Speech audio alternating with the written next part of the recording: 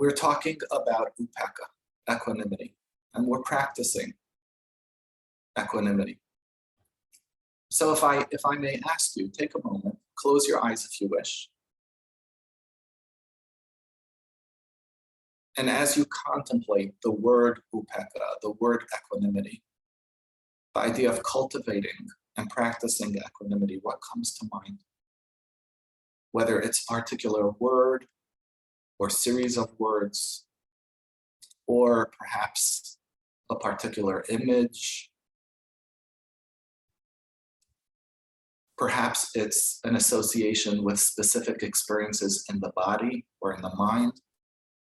Just take a moment to notice that.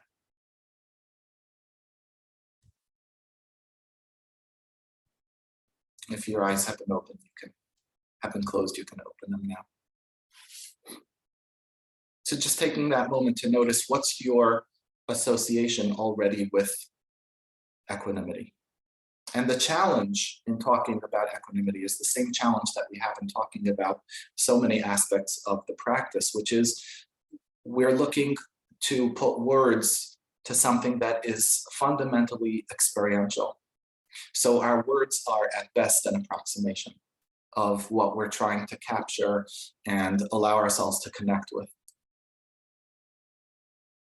So some of the words, some of the descriptions, some of the images, some of the similes that we've discussed until now, when we talk about equanimity, we've talked about the imagery from Bhikkhu Analeo, with equanimity being compared to the full, beautiful moon that's glowing on a really dark, cloudless, clear sky in the night sky, right?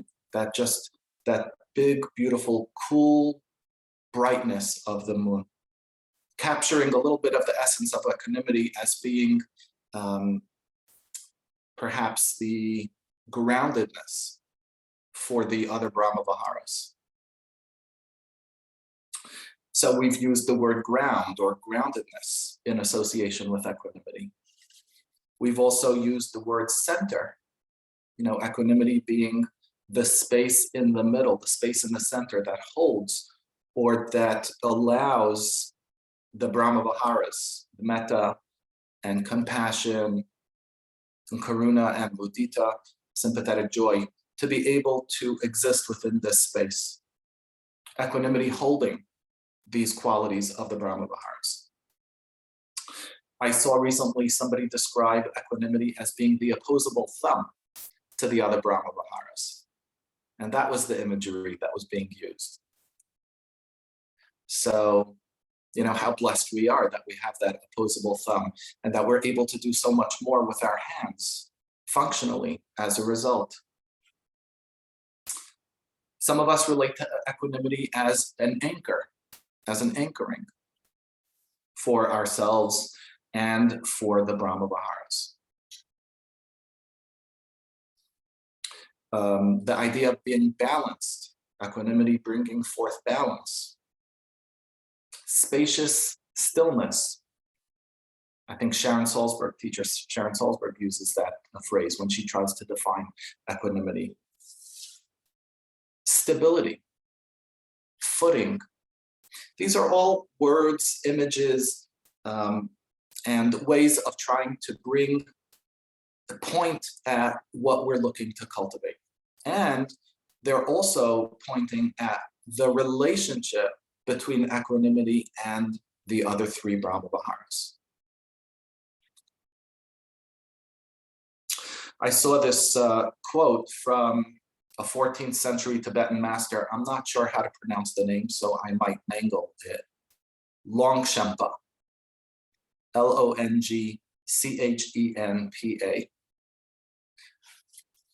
And it's written like this: out of the soil of metta grows the bloom of compassion,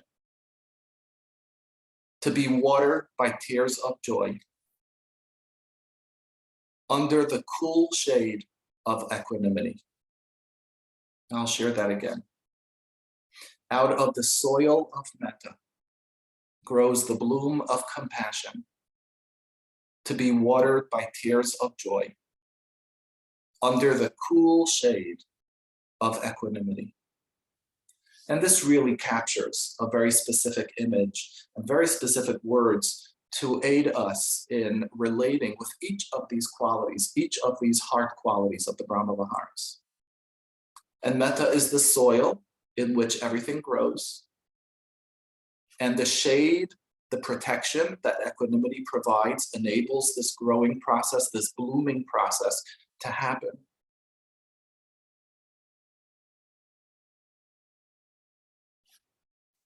Teacher Pema Chodron writes, when you feel bad, let it be your link to others' suffering.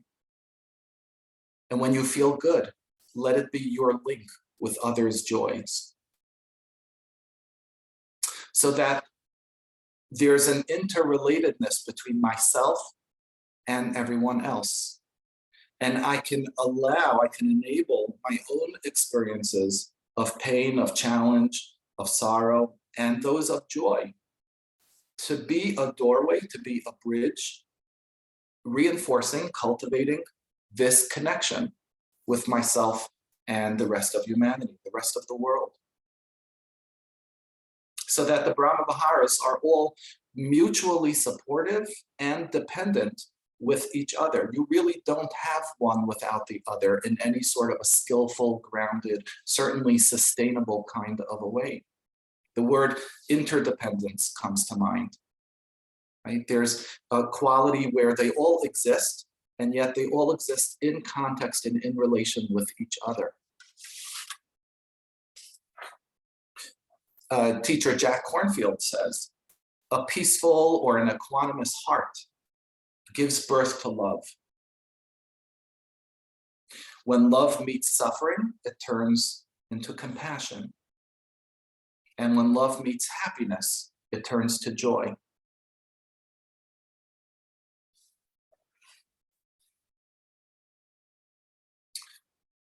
Today, I want to share with you another imagery that really I find supportive in this practice and in this cultivation. We've talked in the past about the grandmother heart mind, right? This beautiful, caring, open, and at the same time, wise and skillful way of demonstrating, of knowing when and knowing how to be present for your loved ones. So I saw equanimity compared specifically to being like the parent of grown-up children. If we've done a good job in our parenting, we've nurtured our children, we've provided for them, we've taught them right from wrong and what they need to know to be successful in life. And now they've grown up, and it's time for them to go. It's time for them to go forth. So as skillful parents, we let that process happen. We let them go. We let them go out and venture. We let them make mistakes. We let them make their own judgments. We let them learn and discover. But at the same time, we don't just say, see ya, have a good life. We continue to be ever present as parents. They're available, wanting the connection, available for the connection, staying connected. Equanimity is the parent of the grown-up children. So the Brahmaviharas, without this equanimity, they're like immature children. They're prone to what we've described in the past as the near enemies, the vulnerabilities that are there. What happens when you have metta that's not really grounded and anchored? What happens when you have mudita without boundaries? What happens with karuna when your heart is overflowing with pain in resonance with others' pain without a containment, without an inner holding? And equanimity creates the connection between each of these Brahmaviharas, and equanimity creates the quality so that now I can be there and I can be here. I don't stop being here. There's still refuge here. There's still groundedness here. And I don't mean that in the sense of an artificial self. but in the sense of what it really means to be in the most real practical sense, what it means to be a human being interacting among other human beings. So we could talk all day about no self, non-self, and that's a very essential part of the cultivation of equanimity. And yet, we bring ourselves into this world, we experience this world, and we interact with others in this way.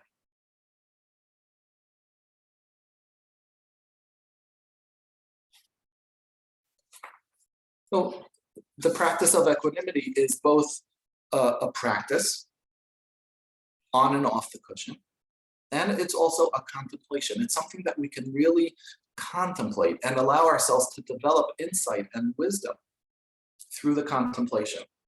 There's this balance that's happening within equanimity.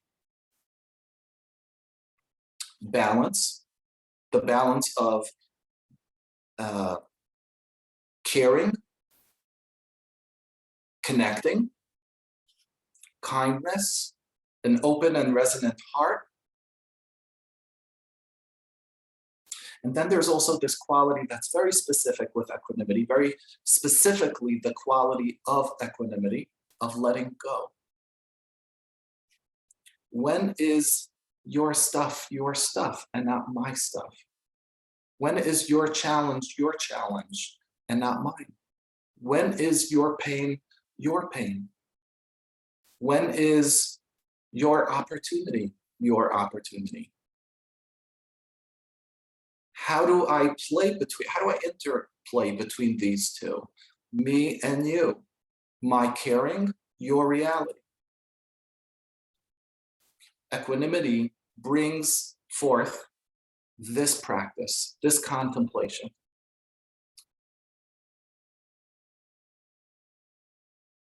And we've all talked so much about equanimity, the danger, the concern of equanimity being, and it's described in fact as the near enemy of equanimity, developing this coolness, this coldness, this indifference, like, that's your shit, not mine.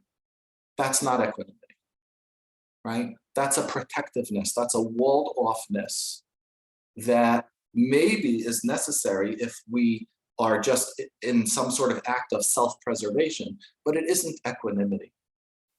So what we see then is that equanimity isn't really either equanimity without the other Brahmaviharas. The qualities of metta and of karuna and of mudita inform equanimity in the same way that equanimity informs them. This interdependence that we've been talking about between the Brahmaviharas goes both ways. There isn't skillful, sustainable equanimity without the other heart qualities as well.